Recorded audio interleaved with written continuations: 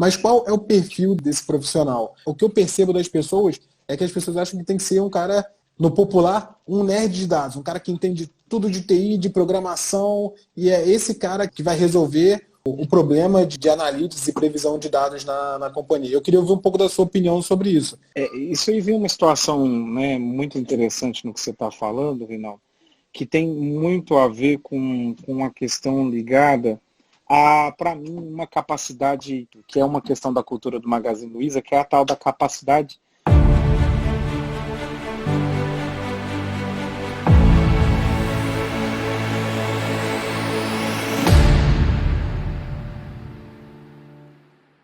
Olá pessoal, bom dia.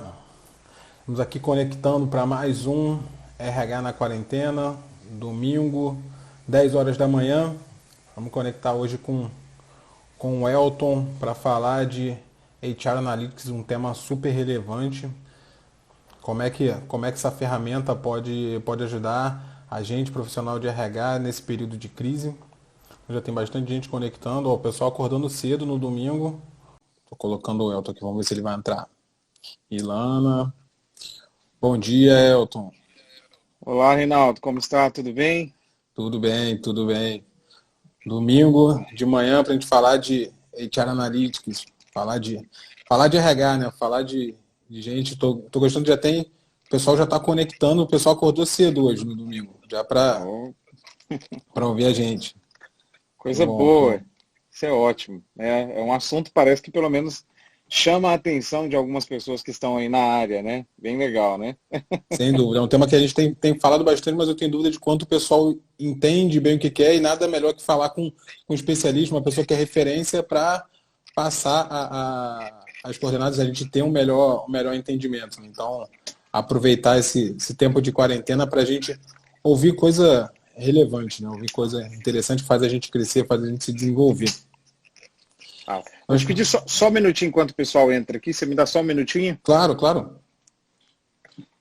Então, quando o pessoal está entrando, já estamos com 10 pessoas. Ó, Nelson, que ajudou a gente na ponte, vou falar dele aqui. Nelson vai estar, acho que na próxima semana com a gente. Um desses finais de semana de RH na quarentena, o Nelson vai estar com a gente para falar de mercado, falar do mercado de RH, como é que está, uma visão mais macroeconômica. Tem bastante dado, bastante informação para trazer para a gente. Melhor, tem bastante gente já acordando cedo. Olá, beleza. Obrigado, voltei. Foto real desse contexto de quarentena, né? A gente tem que ver... Sem dúvida. Eu tô com o meu pequeno aqui do lado e a gente vai junto. Tá certo. Bota ele para participar, já vai se desenvolvendo já. Já entende mais, tenho certeza que já entende mais de analytics que muita gente de RH, muito profissional por aí. Com certeza. Tá bebendo direto da fonte. Vamos lá, então. Eu tenho sempre começado explicando um pouco de por que é. Qual é o nome dele? João Pedro. João Pedro. E aí, João? Tudo bem? Vergonhoso. Olha, a Ilana falando que o pequeno dela tá também. Está todo mundo nesse contexto, né? Eu, infelizmente, não estou com o meu fica em São Paulo. Em breve eu vou estar mais próximo dele. Por enquanto eu ainda estou aqui no Rio.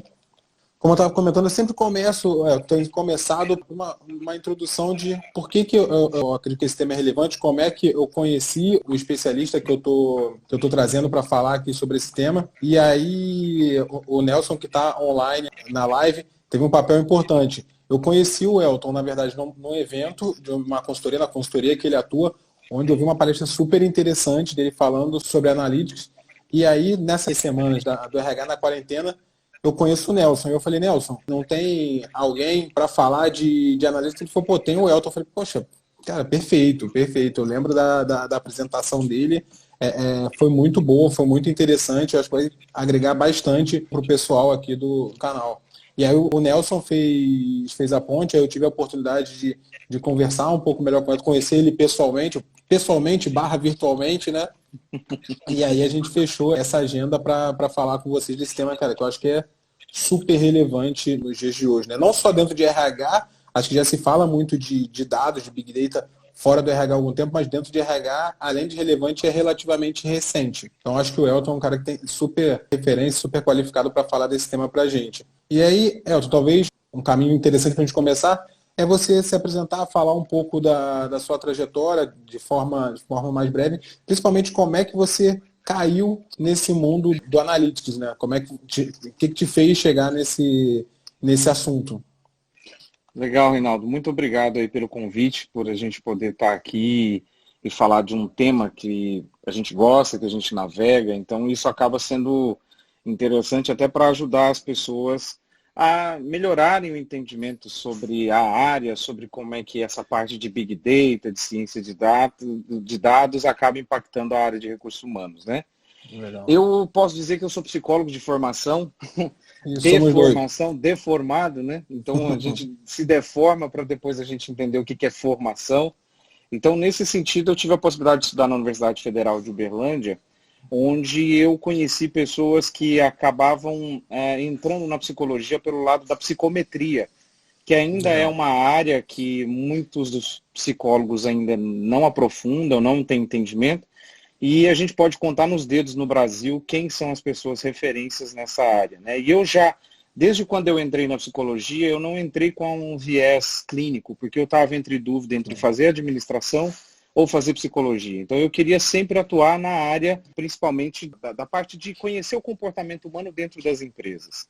Legal. E aí, nesse sentido, né, quando eu tive essa possibilidade, eu já comecei fazendo validação de testes. E aí é muito engraçado porque quando a gente encontra, né, eu encontrei o professor Sinésio, a professora Maria do Carmo, que são pessoas hoje especialistas nessa área de psicometria, foram pessoas que me deram um arcabouço muito grande para poder ir nessa vertente. E aí, estudando e desenvolvendo e depois começando a trabalhar em empresas, eu fui muito para o meu mestrado, já tentando correlacionar e buscar aí informações relacionadas ao que leva as pessoas a perceberem saúde dentro da organização. O que era o conceito de saúde organizacional. E aí, logo em seguida, eu fui para o meu doutorado, e no meu doutorado eu tive a possibilidade de trabalhar engajamento dentro do trabalho. E era engraçado porque a gente trabalhava com correlações, eu vou falar um pouquinho mais sobre isso, regressão, para entender o fenômeno e tal. E aí, de repente, me abriu as portas para ir para a Universidade de Cambridge, justamente no momento onde que o Psychomet Center estava trabalhando com aquela questão do marketing ligado à eleição, justamente na parte da eleição do Trump, né, justamente identificar códigos e dados das pessoas e de como é que isso poderia fazer com que elas se decidissem por um ou outro candidato. E aí eu conheci um professor, que é o professor Igor, né, que está lá na Inglaterra até hoje, desenvolvendo projetos em analytics. E assim, eu falei, gente, eu descobri um outro mundo de comportamento humano, uma outra forma de se utilizar machine learning, de se utilizar estatística para poder olhar para essas variáveis dentro da área de recursos humanos. E uma coisa muito interessante, porque quando eu finalizei o meu doutorado, eu comecei com uma linha, trabalhando com toda a parte de regressão, e fui para outra, que foi justamente entender de moderadores, entender de probabilidades, entender de outras estatísticas que não eram muito utilizadas no meu mundo da psicologia. Então isso acabou dando para a gente um contexto onde a gente conseguiu verificar o quanto que é importante a área de dados, a área de informática, a área de programação, junto com a área de comportamento humano da psicologia, para poder fazer uma fusão entre essas duas coisas e trazer o melhor delas para dentro de casa. Então, esse foi um pouco da minha trajetória, assim. Depois eu passei, claro, pelo Grupo Algar, né? Trabalhei no Magazine Luiza, trabalhei na Sotrec, aí no Rio de Janeiro, na Caterpillar. Depois eu fui para a Hay Group, que foi uma escola para mim fantástica em relação a isso. E depois que eu passei por isso, eu tive a possibilidade hoje de trabalhar no grupo MMC, que é a Mercer. Então, hoje eu represento a área de People Analytics para desenvolver soluções em Analytics dentro da Mercer. Então, esse foi um pouquinho da minha carreira aí, né, enquanto a utilização de dados dentro da área de recursos humanos. Legal, acho que um background super robusto, super completo, atrelando aquela história que a gente fala dentro de RH, né? Teoria e prática. Tem um background forte de teórico, uma fundamentação acadêmica bem forte, e também a prática para complementar. E acho que te coloca nessa posição super merecida de referência, de expert nesse universo de analytics. E aí, até aproveitando esse comentário, esse gancho, que eu queria te pedir? Talvez para explicar de uma forma resumida o que é o HR, na verdade não o HR Analytics, mas esse trabalho de Analytics, né? Qual é a diferença para o método tradicional da gente olhar para métricas e olhar para a estatística? Acho que ele é um pouco diferente do que a gente vê na estatística mais comum, vamos dizer assim. Uma questão talvez importante aqui para a gente trazer, principalmente para quem está nos assistindo, né, Reinaldo, é a questão de, a primeira situação é que a RH tem medo de dados, né? Essa é a grande situação. Quando a gente fala em dados, em utilizar dados como tomador de decisão, o RH já é o primeiro a ser resistente e falar, opa, peraí, isso não é comigo. É tão interessante porque quando a gente está falando em estatísticas básicas, né, que é descrever o fenômeno, então quando eu vou descrever alguma coisa, eu vou descrever ele pela média, pelo tamanho, pelo desvio padrão, eu vou descrever ele pela mediana, ou seja, estatísticas simples que todos nós deveríamos ter aprendido na nossa base escolar. E mesmo já entrando nessa situação, a gente tem uma dificuldade muito grande hoje, porque as áreas de recursos humanos têm planilhas. E não é só uma planilha, são 1000 planilhas. Né? E você fala assim, mas onde é que está essa informação, onde é que está esse dado? Está com um fulano, esse aqui está com o financeiro, esse aqui está com o cara que paga bônus, esse aqui está com o cara que vai contratar. Ou seja, quando a organização ela decide a trabalhar por data-driven, ou orientada a dados, ela tem algumas questões que são muito importantes, que é justamente entender que os dados vão me gerar uma transparência que muitas vezes eu não estou acostumado a trabalhar. Vou dar um exemplo simples para você. Todo mundo hoje na sua empresa, para avaliação de desempenho, que são os indicadores, e é importante ter indicadores, usam o Nine Box, uma metodologia que foi lá no Jack Welch, GE, Parará e etc. De repente você faz uma testagem e verifica que a maneira como você está utilizando a avaliação, ela não tem correlação nenhuma. E aí você fala, tá, mas por que eu estou fazendo essa avaliação? Porque tem uma situação muito importante. Os dados, eles acabam mostrando e transparecendo para você a questão de que eu estou errando nos meus processos. E a cultura organizacional, ela é muito importante para isso. Porque muitas vezes uma empresa fala, eu quero ser analytics, eu quero fazer... A hora que os dados vêm, fala, não, mas não foi isso que eu pedi. Fala, então, peraí, será que você realmente está disposto a ser transparente e a trabalhar com dados e a mudar processos? Então, esta situação ela acaba sendo importante. E outra coisa, a gente vê no RH hoje uma questão massificada de aplicar questionários. E aí todo mundo fala, para que você está aplicando essas perguntas? Porque é um momento de pandemia, é um momento de Covid, então eu quero saber se as pessoas têm home office, não tem. Você fala assim, mas qual que é a correlação dessas perguntas? Qual que é a metodologia que tem por trás? Qual que é a teoria que você está utilizando? Qual a hipótese que você quer testar, né? Exatamente. Então, quando a gente olha para essas questões básicas da estatística, muitas vezes a área não está fundamentada. E aí é pior, sabe por quê, Reinaldo? Porque aí eu acho que o cara de ciência de dados é o cara que vai me dar a resposta.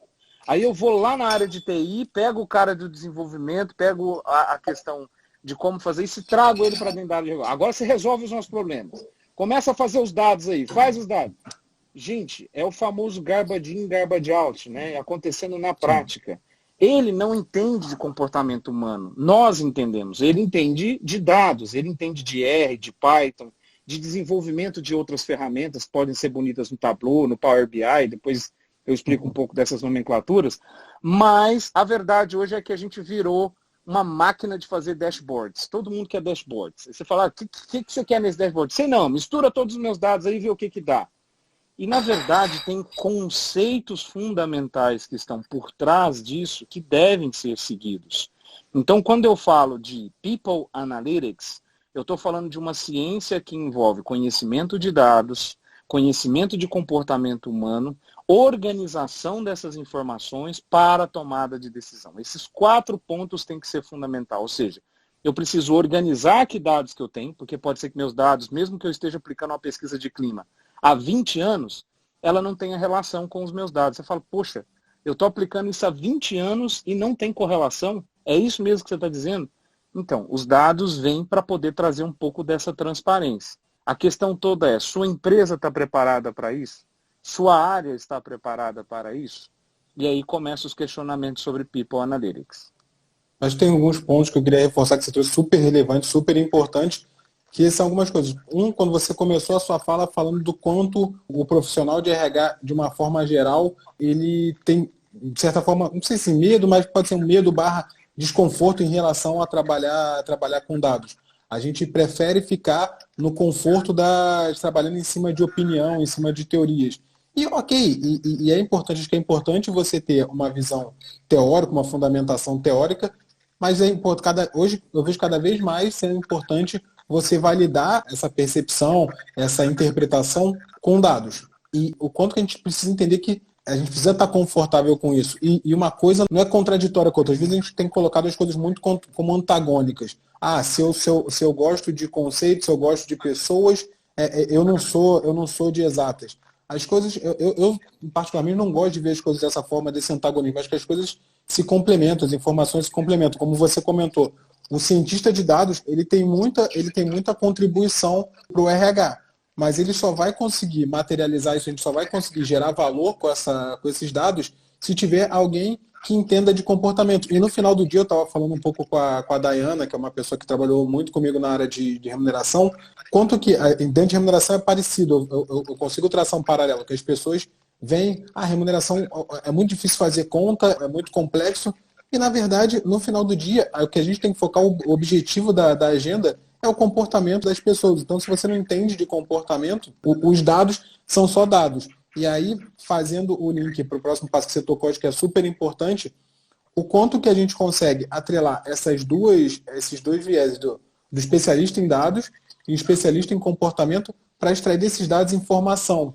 E aí talvez você pode falar um pouco mais da diferença de dado e informação, né? Porque dado, e eu posso até falar a minha percepção e você me diz se eu estou muito errado ou só um pouco errado. Eu entendo que dados são dados, é uma série de informações, não necessariamente tão, não sei se é uma série de informações, mas uma série de elementos, números, que não necessariamente estão organizados. Não necessariamente te fazem concluir alguma coisa. E desses dados, uma das formas é você trabalhar esses dados para que você consiga extrair informações que sejam valorosas, que você tenha interpretações e você consiga trabalhar em cima disso. Porque os dados em si não te dizem muita coisa. O que vai gerar valor para a organização é a informação que você traz a partir desses dados.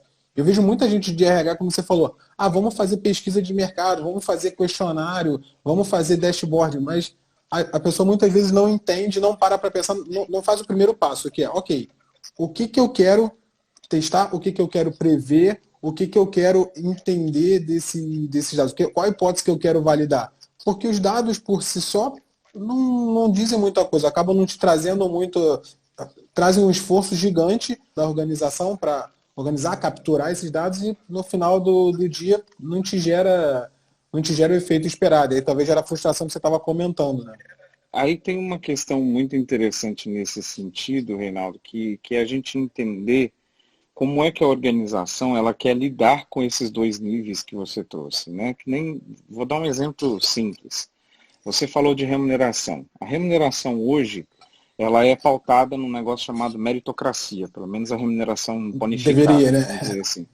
Exatamente. E aí, você tem que ter um critério para poder pagar por meritocracia. Então, você vai lá e usa desempenho, você vai lá e usa comportamento, você usa a avaliação que você quiser para falar, olha, eu vou dar isso. Isso é dado, isso está lá e você cruza uma planilha com a outra e fala, essas pessoas aqui têm um range acima e eu vou lá e vou pagar. O que acaba acontecendo é que quando você decide trabalhar isso numa planilha de decisão por analytics, você cruza essa informação com outras e vai perceber que o indivíduo que é o gestor que traz mais desempenho provoca um clima de medo na equipe e um turnover acentuado dentro da equipe dele. Mas ele traz o resultado e você paga por isso. E aí vem uma situação muito interessante. Os dados correlacionados estão te dizendo o seguinte, esse cara te traz resultado, mas ele te traz um resultado ruim, porque ele te traz um resultado que não é sustentável ao longo do tempo. E você permanece com esse cara. Mas você vai lá e paga para ele.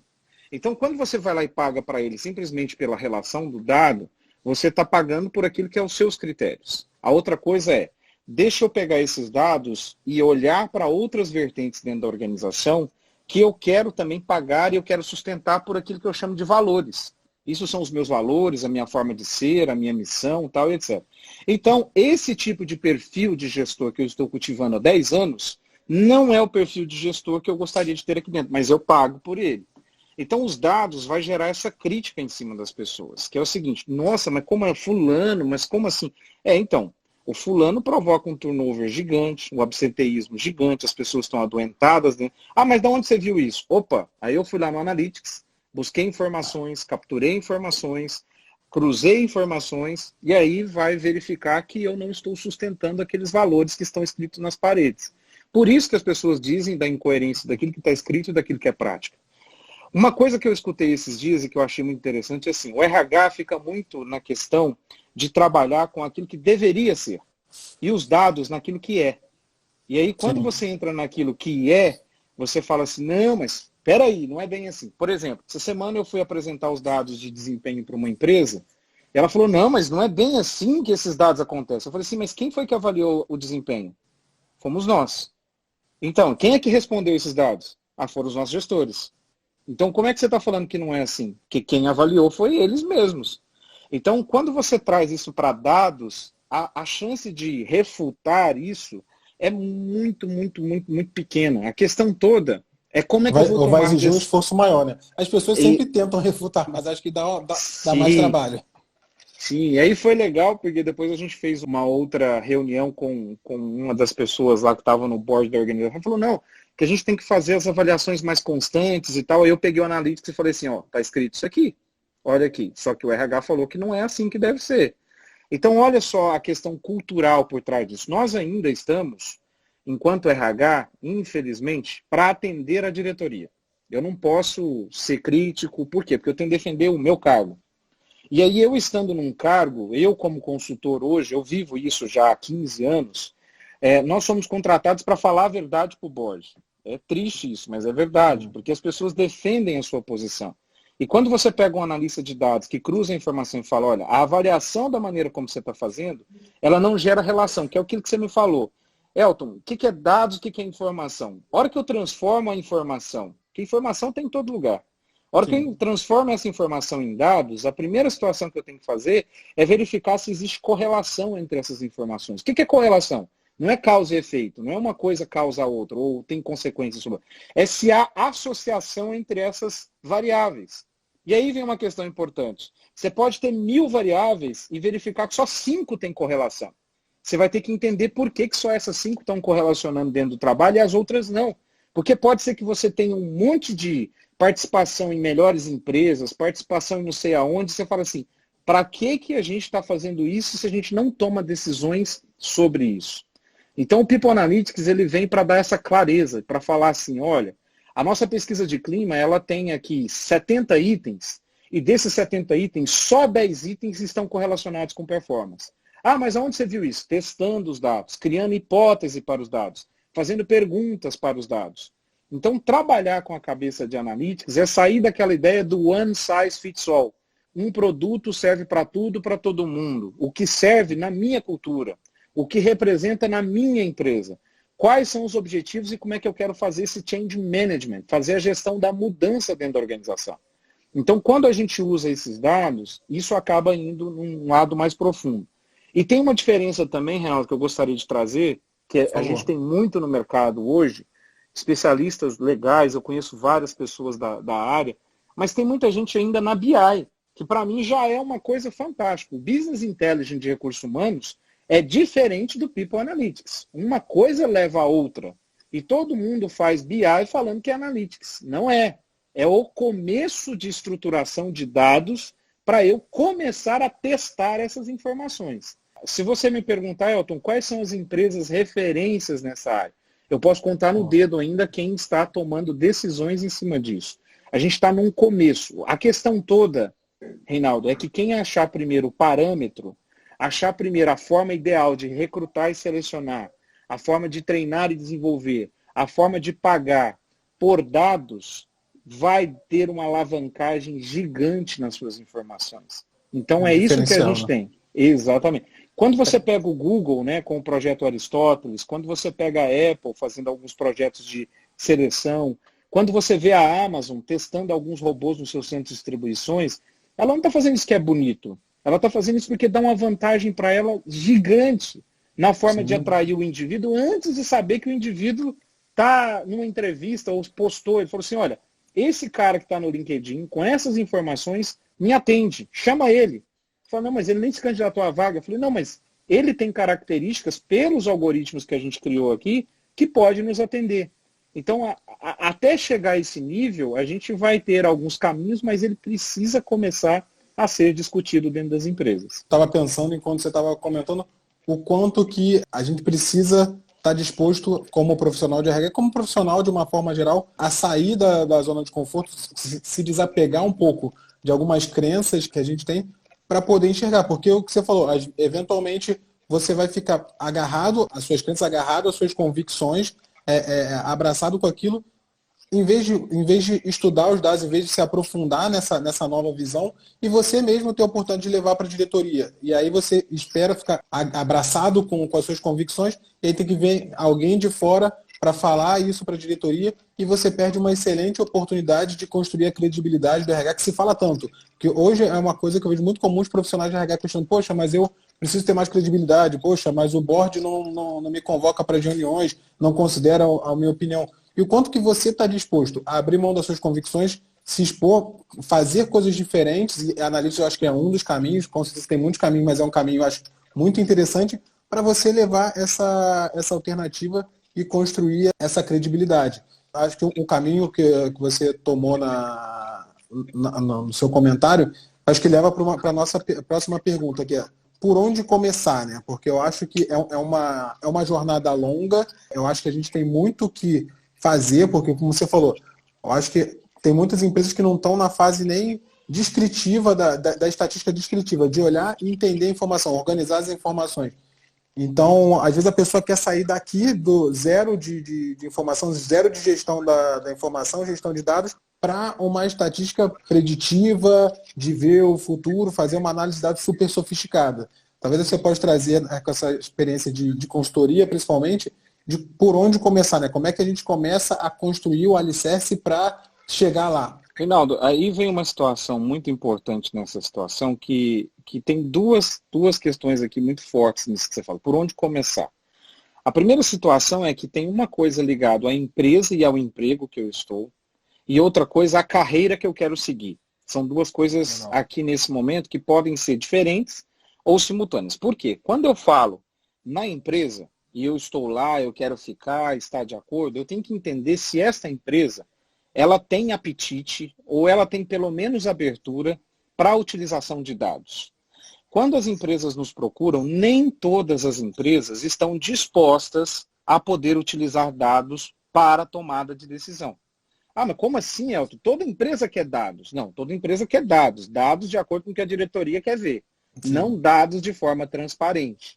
Só para você ter uma ideia, eu estava conversando com um cliente essa semana e ele falou, Elton, aquela análise de sentimentos que você trouxe para o board foi um divisor de águas. Porque o CEO, ele maltratava todo mundo e ninguém tinha coragem de falar. E os sentimentos trouxeram qual era o impacto do CEO, na fala do CEO para as pessoas. E a partir dali, ele tomou outras estratégias na forma de comunicar e de trazer pessoas para a diretoria que pudessem lidar com aquelas informações. Então, ou seja, a pesquisa de clima vinha ano a ano com resultado 80, 85, todo mundo falando, nossa, nosso clima é maravilhoso. Ou seja, é aquele clima velado, né, que todo mundo sabe que responde e tal. E aí a gente foi lá nos comentários e verificou que nos comentários havia um padrão de resposta que ligava ao sentimento de medo e de desconfiança ou raiva. E a gente linkou isso, várias falas, com o robô, o machine learning, um algoritmo que a gente teve, para mostrar que as pessoas respondiam altamente os resultados justamente pelo fato do medo que elas tinham em função dos comentários que estavam ali.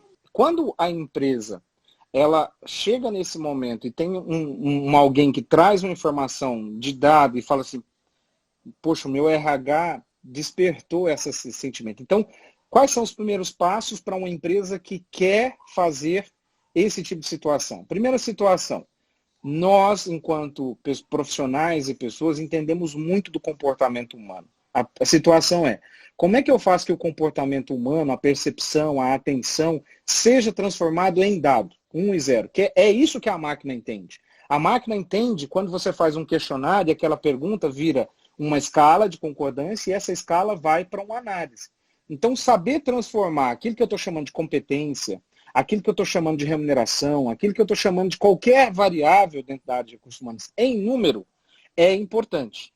Por que utilizar várias escalas? Por que utilizar escalas diferentes? Ou seja, o que é escala? Esse entendimento de como transformar comportamento em número é importante para quem quer atuar nessa área. E aí vem uma questão importante. Ela já conhece muito do comportamento. O como transformar em número está lá na psicometria. Então, um curso de psicometria, um curso sobre dados, né? Como é que ele faz para aplicar A área de marketing faz muito isso. Ela faz uma pílula na televisão, ela faz uma revista e ela depois cruza com o comportamento demográfico. Idade, tempo de casa, se tem filho, se não tem, renda, não tem. Esse tipo de informação a pessoa de RH precisa entender de como fazer esse cruzamento. É básico. Depois, num nível mais avançado, aí sim fazer os cursos que a gente tem no mercado hoje, que eu chamo de People Analytics on Demand, que é a questão de que você vai aprender a cruzar essas informações, a fazer uma análise descritiva, que é descrever o fenômeno, uma análise de correlação, que é correlacionar variáveis, uma análise de regressão, que já é um pouco mais complicada, mais sofisticada, para depois chegar nos algoritmos de machine learning e tal, e etc. Então, ou seja, o primeiro ponto de RH é como é que eu transformo aquilo que eu estou chamando no meu dia a dia. Então, assim, eu quero provar que o cara tem um perfil correto. O que é o perfil correto? São essas e essas características. Como é que você transforma isso em número? Eu dou um número aleatório para ele. Tá, beleza. Então, você tem que classificar todo mundo com aquela mesma métrica e transformar isso em informação que seja dado para poder ser analisado. Então, isso pode ser processado, né? Exatamente. Então, tem uma coisa. O apetite na sua empresa, e aí como é que eu vou trabalhar na sua empresa com relação a isso, e o apetite na minha carreira. Eu quero ser um cara data-driven, orientado e tal. Então, beleza.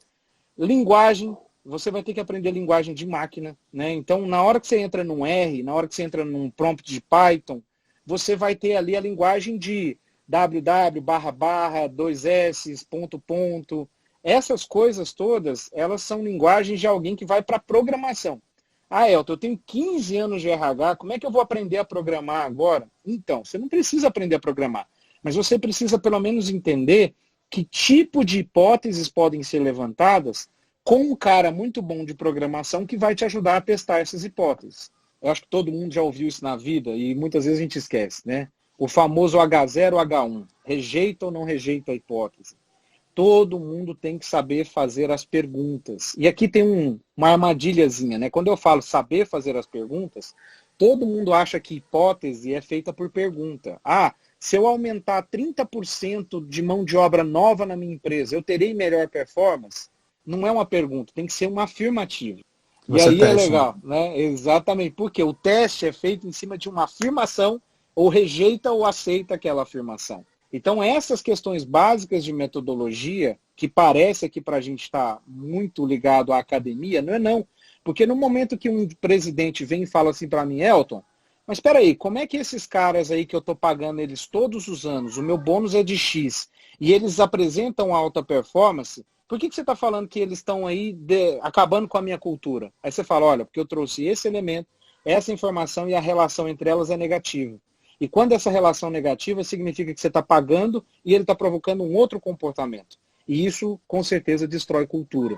Então, quando você traz para uma linguagem mais acessível do gestor, você está traduzindo que os dados estão sendo relacionados para o dia a dia da empresa. E aí, isso sim acaba sendo algo mais fortalecedor.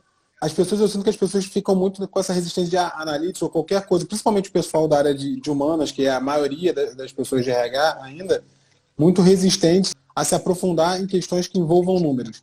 E o que você está trazendo, que eu faço um paralelo com a área de remuneração, que o número muitas vezes não é você entender o número ou você saber manusear o número, não é o mais importante. Você entender o fundamento, o conceito, a parte conceitual é mais importante. Talvez analista você precise de um pouco mais de sofisticação numérica, modelagem matemática. Você pode trazer um especialista. Ou ferramentas que fazem, porque o próprio Excel, acho que já ajuda muito, tem muitas coisas. A fórmula de correlação, se você tentar fazer a fórmula de correlação na mão, é uma coisa bastante complexa. Mas tem uma função no Excel que você faz, correl igual correl, variável X, variável Y, e ele já te dá a correlação ali. Então, muito mais importante é você entender o que é correlação e como você aplica isso. Eu acho que quando as pessoas entendem isso, desmistificam algumas coisas, fica muito mais fácil e elas conseguem fazer uso dessa ferramenta que é tão poderosa. Né? Para você ter uma ideia, Reinaldo, nesse momento agora, não sei se alguém que está aí na live passou por isso, né? Mas os bancos, eles estão cancelando um monte de cartão de crédito, cancelando um monte de crédito. Muitas pessoas tinham crédito aprovado na sua conta corrente, pode chegar lá, alguns pode até verificar depois dessa live se o crédito está ou não disponível, justamente pelo fato de que, através do comportamento da pandemia e através de alguns comportamentos anteriores que você tem, eles cruzaram essa informação e falaram a possibilidade que você tem de não pagar o banco. Não, peraí, eu estou pagando, não sei. Não, mas só com a possibilidade, a probabilidade de não pagar, de você ter um endividamento maior, ou de poder dar um calote, ou de poder gerar uma fraude, você acabou justamente nesse momento sendo uma pessoa que vai ser eliminado da lista do banco. Aí você fala, mas como isso, né? A mesma informação, ela ocorre aqui dentro do RH. Então, quando a gente está olhando a respeito disso, nós estamos justamente entendendo a situação de que utilizar esses dados justamente numa avaliação de desempenho, no clima organizacional, na forma de pagar as pessoas, eles acabam sendo relevantes. Por que eles acabam sendo relevantes? Porque se um banco, no tamanho que ele é, na forma como ele tem, a quantidade de usuários, ele utiliza isso para poder tomar decisões, por que a gente não utiliza? Por que a gente não faz? E aí vem a questão da cultura, que é o que você falou. Você fala assim, caramba, esse cara está aqui há 15 anos e a forma como ele está desenvolvendo o trabalho, ele tem gaps. Por isso que veio a ideia de reskilling e upskilling. Porque se eu quero transformar o meu RH ou minha empresa em digital, que é o forçosamente que está acontecendo agora, trabalhar em casa, fazer as coisas com assinaturas digitais, fazer isso que nós estamos fazendo aqui, live, quantas empresas eram resistentes a fazer isso? E eu já há muito tempo falo assim, gente, hoje em dia uma criança pega o celular e faz live, né? Um menino, um adolescente de 14, 15 anos, etc., e comunica melhor do que a gente. Então, quando a gente olha essas situações, se nós não estivermos preparados para capturar essas informações, como, por exemplo, um questionamento que eu trago agora. Muitas empresas tiveram que aplicar o home office rapidamente. Quem é que está buscando esses dados? Eu sei de empresas que estão mapeando horário, estão mapeando informações, não para punir o cara, para entender, a hora que passar a pandemia, se vale a pena manter o cara em casa com maior quantidade de home office ou trazer ele para o escritório, que muitas vezes é caro, é custoso no sentido de custo, é grande. Talvez muitas empresas nesse momento imobiliário vão pensar em trocar de escritórios para escritórios menores, vão criar um outro ambiente. Então, estas coisas vêm a partir de dados. Se eu não estiver capturando essas informações, eu já estou ficando para trás. É um pouco disso, né? E aí, aquela história de sair do desconforto. Há algumas semanas atrás, eu estava ouvindo um podcast do Harvard Business Review falando sobre essa questão da testagem. O quanto que é importante as empresas começarem a testar, e as empresas que são mais digitais já têm essa cultura de teste muito mais apurada, mas o quanto que é desafiador, principalmente para as lideranças mais sêniores. Porque quando você não tem uma cultura de testagem, acaba valendo mais, prevalecendo a hierarquia na tomada de decisão. Se o gestor, se a liderança acredita que aquilo é o melhor, independente de estar fundamentado, é uma decisão em cima de opinião, e a opinião de quem está mais acima hierarquicamente acaba prevalecendo. Quando você traz teste para a mesa, aí o teste, obviamente, você traz os dados para fazer as análises, para ver o que de fato aconteceu, você muda o drive. E aí as empresas ficam muito tempo, eu vejo que as empresas ficam discutindo dentro de RH muito, a gente tem que ser menos hierárquico, e fica mexendo em organograma, mexendo em descrição de cargo, quando na verdade a testagem, eu acho que é a forma mais efetiva de você tirar essa hierarquia, ou você minimizar os impactos negativos que essa hierarquia podem ter. E aí, pegando um gancho no que você falou do upskilling ou reskilling, talvez voltar nesse ponto de qual o perfil de RH. A gente falou um pouco de por onde ele começar em termos de formação, e aí você falou do entendimento básico de estatística, psicometria, converter comportamento em dado, para depois ir para uma aprendizagem, um conhecimento um pouco mais sofisticado, mais aplicado ao Analytics e Big Data.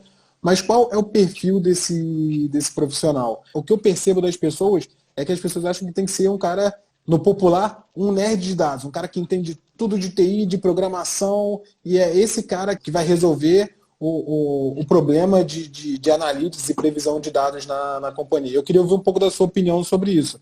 Você acha que esse cara ou tem outros perfis que podem trabalhar nessa área? Isso aí vem uma situação, né, muito interessante no que você está falando, Rinaldo, que tem muito a ver com uma questão ligada a, para mim, uma capacidade que a Luísa Helena, né, o Eduardo até está aí, me ensinou muito, que é uma questão da cultura do Magazine Luiza, que é a tal da capacidade fuçativa. Ela pegou isso lá do Oscar Motomura e eu adorei uma competência que é de fuçar. Por que ela é de fuçar? Porque quando a gente fala assim, eu vou entrar num curso, num MBA, vou fazer um curso de dados e vou ser o cara de transformação. Não. Você não vai aprender People Analytics, desculpa, só nas carteiras de escolas ou de academias. Você vai aprender nas alianças, nas relações, você vai aprender com caras que estão... Porque o algoritmo não é igual para todos. Você pega um Cirota, que é o sistema que eu trabalho, o Allegro, você pega outros que tem no mercado, todos eles falam de análise de sentimento. Só que quando você vai no algoritmo, o algoritmo é diferente. E aí cada um traz uma premissa diferente. Então, quando você fala a respeito dessa situação, Reinaldo, o que acaba ocorrendo? Você tem aqui a situação de que não adianta só eu ir lá e fazer o curso. Hoje você tem os meetups, então você precisa estar atento aos meetups, porque o próprio cara que vai apresentar, ele vai apresentar uma situação com uma equipe multidisciplinar que ele trouxe. O Santander fez isso, o Itaú fez isso, a Nestlé fez isso, a Samsung está fazendo isso. Por quê? Porque ela entendeu que não é só santo de casa que vai resolver a situação. Eu tenho que ter multidisciplinariedade também com outras empresas para saber o quê? Como é que esse cara está recrutando melhor? Como é que esse cara está treinando melhor? Como é que esse cara está pagando melhor? Utilizando dados. E pode ser que algumas coisas funcionem na minha empresa e pode ser que outras coisas não funcionem. Por exemplo, uma empresa que trabalha com educação, né? A gente está vendo até a Andrea perguntar aí, né? Quando eu falo em desenvolvimento ou quando eu falo em upskilling, eu posso chegar a alguma situação de potencial, de sucessão e etc. e verificar que todo o aprendizado que eu fiz com aquele indivíduo, em termos de transformação, ele vai ter um gap gigante relacionado a uma outra pessoa que possa entrar. Mas, em termos culturais, eu tenho um risco muito grande. E aí, não é que eu estou te dando a decisão, eu estou te dando dados para te falar o seguinte, olha, a chance de trazer esse cara e a chance de manter esse cara vai te dar probabilidades diferentes. E arriscar é risco. Porque os dados, mesmo que sejam preditivos, olhando para o futuro, ele te dá probabilidades, ele te dá a acuracidade daquilo funcionar ou não. Então, quando você fala do perfil, o perfil para mim é o cara que é fuçativo, é curioso. Ele vai ter que ser quase que um autodidata, ele vai ter que entrar no Kaggle e fazer cursos no Kaggle, ele vai ter que entrar no Hotmart e procurar cursos lá, ele vai ter que procurar cursos de machine learning em outras informações online, ele vai ter que questionar o cara de dados, fala, cara, por que você utiliza essa informação e não essa? Por que esse é o... Porque isso é um aprendizado constante. E aí, quando você olha isso, Reinaldo, e vai para dentro de algumas empresas, dá dó. Dá dó porque eu sou mineiro, eu falo dó, né? Porque quando fala assim, dá dó por quê? Porque muitas vezes, gente, a cultura não vai querer tomar decisões em dados, ponto final. A gente vê algumas empresas aí lutando para levar a pesquisa de clima para dentro da empresa. E o cara fala assim, isso não me interessa, não, isso aí não impacta as pessoas, não. O negócio aqui é custo, é fixo, é como é que a gente vai tomar decisões. Então, depende. Nessa pandemia agora foi muito interessante, não sei se você também passou por isso, Reinaldo, mas como os caras estavam em casa, e eu achei que o comando e controle estava muito ligado a essa questão de olhar o cara trabalhando, O cara está lá na casa dele agora. Então, o que ele precisa para tomar decisões sobre o cara? Dados. Quanto de leads que ele fez, quantos telefonemas ele fez, e o cara começou a ficar doido, porque ele pensou que aquilo era um call center, né? Poxa, o meu vendedor agora está em casa, como é que eu faço para ele vender? Oh, poxa, a minha pessoa agora... Então, dados nunca foi tão requerido pelas empresas. E foi muito interessante porque algumas outras que eu conheço, no dia que falou, olha, o governo decretou, todas as pessoas já estavam em home office, a VPN já estava segura, as questões ligadas a imobiliário já estavam feitas, a questão de acesso à rede já estava feita. Então, ou seja, enquanto a gente tem pessoas na idade da pedra, a gente tem aqui outras pessoas que ainda têm essa dificuldade de caminhar com dados. Por quê? Volto a dizer, nós não estamos acostumados a trabalhar com transparência.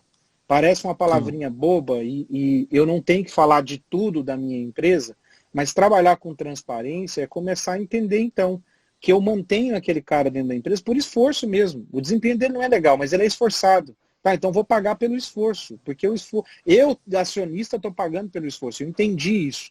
Não, eu estou pagando pelo perfil, então paga pelo perfil. Não, eu estou pagando por meta, estou pagando por resultado, então paga por isso.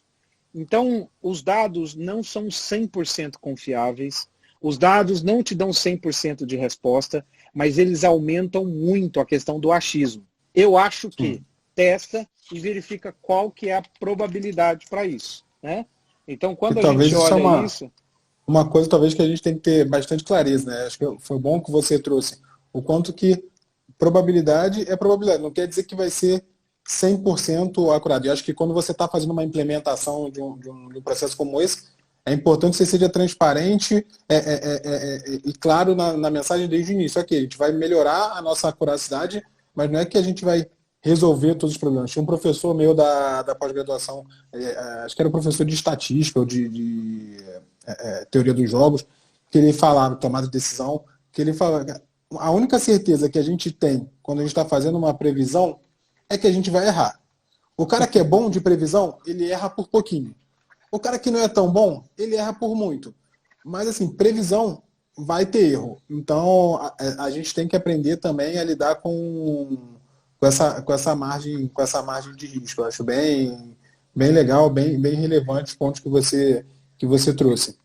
E aí a gente está se aproximando da reta final aqui, tem mais 10 minutos, acho que dá para a gente falar bastante ainda, mas talvez uma coisa que eu gostaria que você trouxesse, Elton, justamente das principais dificuldades. Acho que a gente já falou um pouco ao longo do nosso bate-papo, mas justamente para preparar esse profissional que pretende entrar pretende levar a cultura da organização para essa questão de dados, quais são as principais dificuldades, quais são os principais desafios que ele tem que estar preparado para entrar nesse caminho?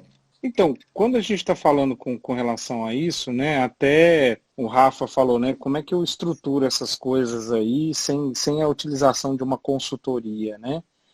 É a pergunta que eu vou fazer na sequência, mas acho que já conversa. Já conversa uma coisa com a outra, né? Então, quando a gente está falando a respeito disso, uma das questões mais importantes, talvez acho que a gente não falou aqui, e que na Europa, onde eu estudei, e nos Estados Unidos também, já existe a lei de proteção de dados, né? Então, quando a gente está olhando com relação a isso, eu estou olhando para dados, muitas vezes, que são micro, que são dados do indivíduo.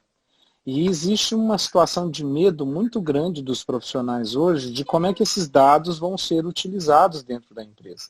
E se a gente está falando que a gente está numa alquimia, o profissional que vai lidar com isso, que é a alquimia, que eu digo é que você está manipulando dados. Quando eu falo manipular dados, esse é o termo técnico mesmo. Eu estou manipulando informações para encontrar as melhores relações, as melhores probabilidades, as melhores formas de se tomar decisões. Só para você ter uma ideia, tem um amigo aí do Rio, né, que trabalha com People Analytics, ele estava numa empresa, agora foi para outra, que ele estava há 1 ano tentando verificar a questão do absenteísmo versus o processo seletivo, né? Por que as pessoas entravam e ficavam e por que as pessoas entravam e saíam? Ele ficou 1 ano e meio e não achou relação. Aí você imagina, ser 1 ano e meio no projeto, não achar relação, você fala, peraí. A empresa olha para aqui e fala, que investimento é esse? Que investimento é esse? Exatamente. Então, quando você está falando a respeito disso, na verdade, você vai ter que agregar isto com outras áreas dentro da empresa, né? Se você não quer contratar uma consultoria, e olha que a consultoria em si também não vai resolver o seu problema. Eu conheço muitas consultorias que falam assim, me dá todos os seus dados que eu vou relacionar tudo aqui e vou te trazer informação. Peraí, mas você conhece os meus dados? Você trabalhou os meus dados? Então, pode ser um começo para poder fazer esse tipo de situação. Mas acho que esse é um equívoco comum do RH, né? Achar que consultoria... Duas coisas que eu vejo, consultoria e sistema. A gente acha que consultoria e sistema é resposta para tudo. E acha que a gente não tem nenhuma parte... A gente, como RH da empresa, não tem nenhuma parte nisso. Eu acho que isso é um equívoco comum que eu vejo em remuneração e em outras áreas. Você tem que entender, até para você direcionar a consultoria, você tem que entender minimamente do processo.